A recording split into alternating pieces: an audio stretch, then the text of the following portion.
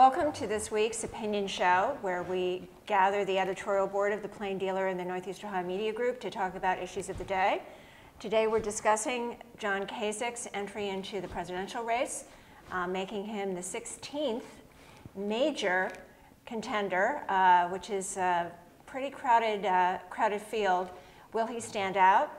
Will his sort of middle-of-the-road pragmatism, as some would have it, or his Reagan-like ability to marry a more conservative position with practical policies have out, or will he be lost in the crowd? That's the topic of our discussion today. I'm Elizabeth Sullivan. I head the editorial board. I'm joined today by editorial writers Ted Dieden, Sharon Broussard, Chris Evans, and Pete Krause. So, Ted, I'm going to start with you. What do you think?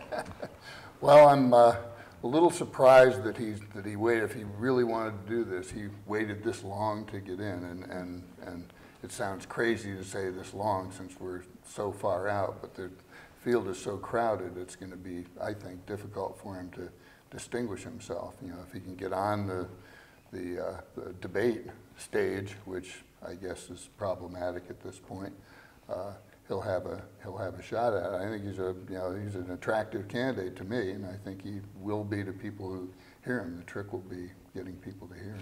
Of course, he has been doing a lot of traveling. He's been in New Hampshire a lot. He's got John Sununu supporting his candidacy, and so he's clearly counting on a good showing in New Hampshire, more than getting on the stage in the debates to propel him. Sharon, what do you think about his candidacy? Well, long anticipated, so I'm glad he finally leaped into the fray.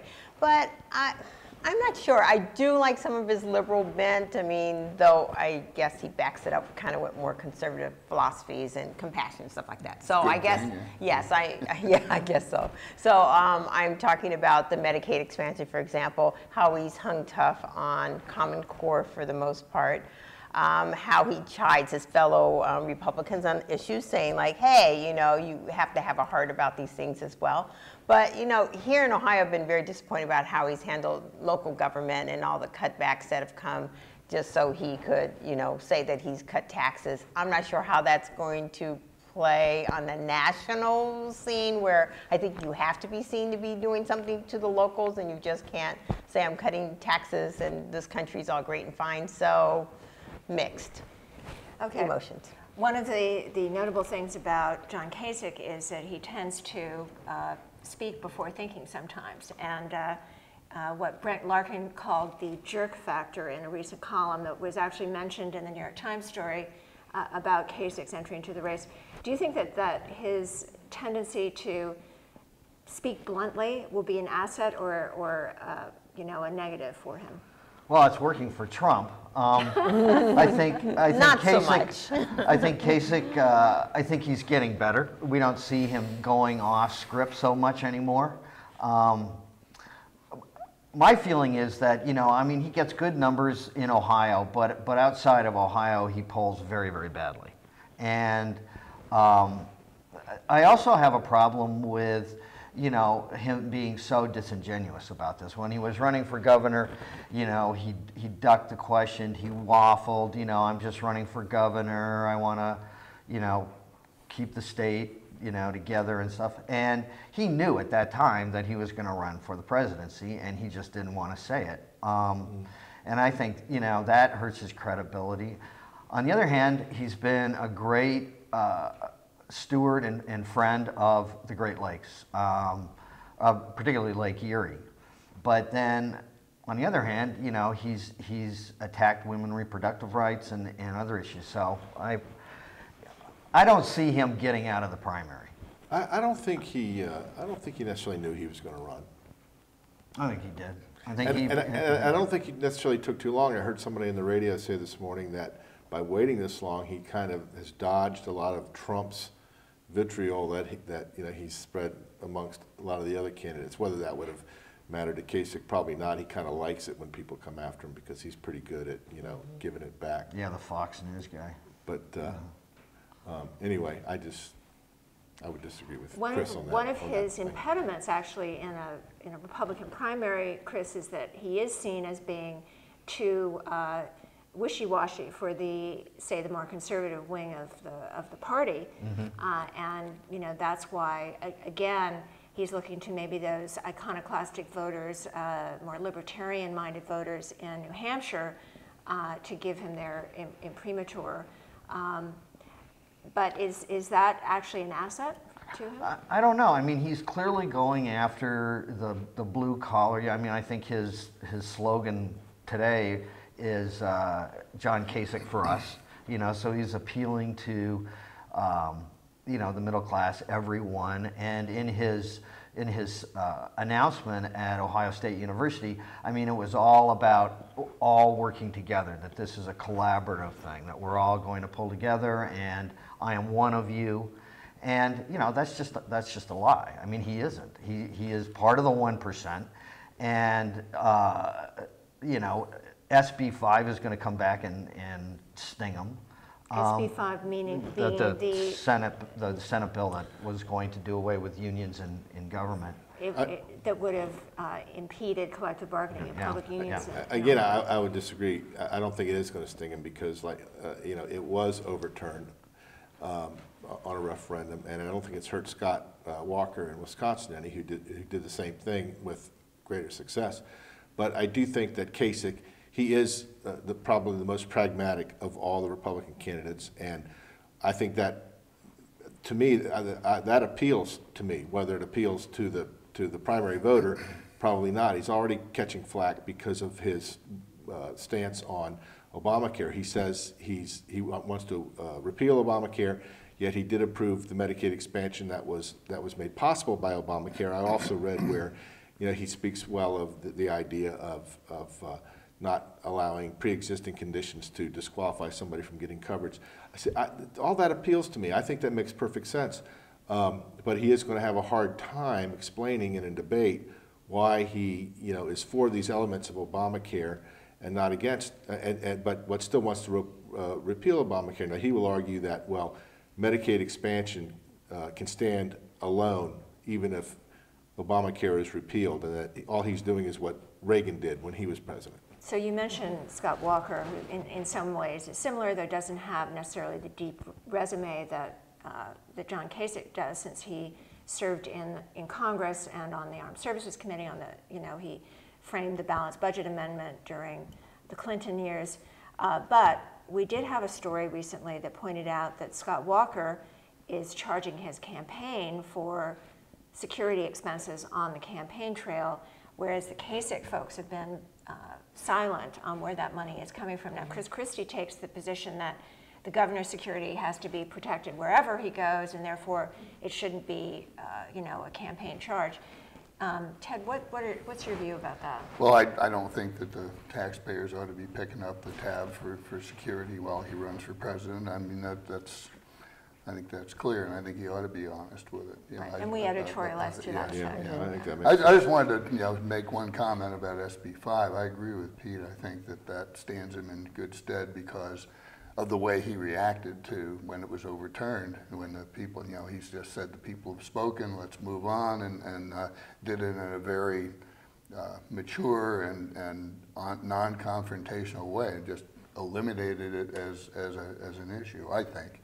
People will bring it up, but I think with Kasich, he's probably a guy who would play much better in a general election than in a primary. So if he might be a strong candidate if he can get past the Republican primary. But if you have a group of people who still are polling Donald Trump at the top, I mean that's kind of a specious comment, but those are the kind of people he's going to have to get past. So. One of Brent Larkin's observations in his columns on a potential Kasich candidacy has been that as long as Jeb Bush is in the race, Kasich is going to be in the shadows, because Jeb Bush in some ways exemplifies that same kind of pragmatic persona that Kasich would aspire to, and that it's more credible to think of Kasich as a potential presidential candidate.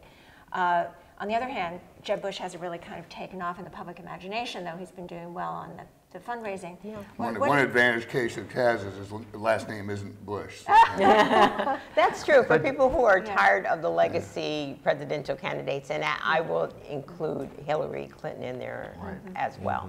But yeah, I mean, I don't know. I agree with Ted that I just can't see how he can get out of the primary to shine on the stage where I think he would do a much better job, and that's in the general. I mean, he does come off as very practical. He comes off as, plain spoken, kind of Midwestern type of guy that people like, and he comes out as, not being very extreme, but being maybe tough on the issues that, he likes. Reproductive rights, for example, is one of those that many women and many men might not appreciate. Right. But maybe he could, in the general, I think he maybe could straddle a couple of the divides that we have in this country. He Maybe. hasn't gotten a lot of national media, but No. what he has gotten, a number of those stories have mentioned his frequent invocation of the name of God. And See, that's what I was going to say. And actually sort of saying, when people asked him, are you running for president, he was waiting for yeah. A signals sign. from the Yes. higher being. And he invoked God as well yesterday when he announced. Is that just Kasich? I mean, Kasich, we know, is a very religious man, and he. I think he's sincere. I mean, but what all this reminds me of is his first presidential run back in the late '90s. And again, there was another Bush in the race, and Kasich finally withdrew from that race and supported George Jr.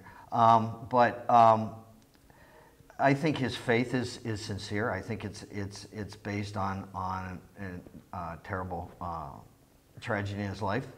But at the same time, he is disingenuous, and I think he is very good in live debates. He thinks thinks quickly on his feet. He's articulate. But I just don't think he's got the juice to get out of the primary. I really don't. When you say he's disingenuous, I'm not sure. Well, he's disingenuous in the sense that, am I going to run? Am I not going to run? Am I going to run? I mean, even if, which I don't believe, he hadn't made his mind up when he was running for his second term as governor, he could have at least acknowledged that this was something that he was giving significant thought to. But it was clear. It was clear. Like Betsy was saying, all the running around the country he's been doing for the last several months. And it's clear that he was looking to do it, but he was looking for the best time to do it. And I also think he was looking behind the scenes to see if he was going to have the financial support to do it and some key support, and before he jumped into it. But he isn't gonna have that as long as Jeb Bush is in the race. Well, Bush I don't is know. going to suck it up. Kasich is the kind of guy who may not appeal to the New Englanders, although he does have John Sununu in his court.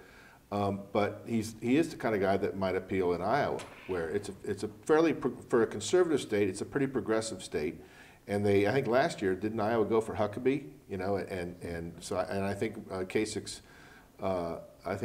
Kasich's faith would put him in good stead there in Iowa. I wouldn't rule Kasich out. I still think he's a long shot, but I think there are elements about him, plus he's a tough dog, I mean, he likes to fight.